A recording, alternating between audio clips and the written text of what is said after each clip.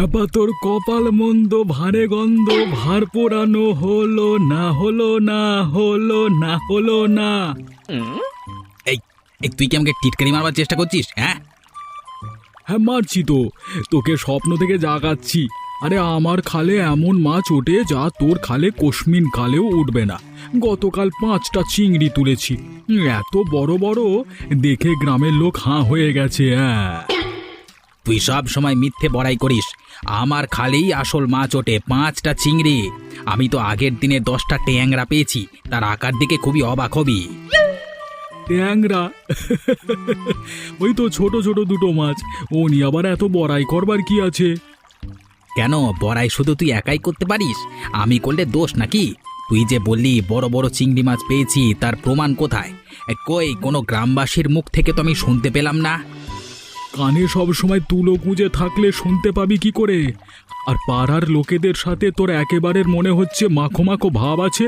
তুই তো সারা দিন ঝগড়া করে বেড়াস, আর নিজের খালে মাছ নাই বলে আমাদের খালটা তোর চোখে লাগে। তোর খাল? খাল কি তোর বাপের সম্পত্তি নাকি? এমন করছিস যেন খালটা তুই নিজের হাতে কেটেছিস। তুই কেটেছিস কি? তাহলে বড় বড় জ্ঞান দিতে আসিস না। ওই খালের ধারে আমার বাড়ি, তাই জন্য ওই খালটা আমার। তোর তো বাড়ির পাশ দিয়ে খাল যাচ্ছে, তুই ওটাকে নিচের বলে দাবি করিস কেন তাহলে? দাবি আমি করবই। আমার বাড়ির পাশ দিয়ে খাল গেছে, সুতরাং আমারই। আরে যা যা, উত্তর পাড়ার ছেলে আমি, হে আর দক্ষিণ পাড়ার পিঁপড়ে। আরে যা রে ফুটে যা। বাড়াচ্ছিস কেন রে? সামনে দাঁড়িয়ে বল না শালা। এই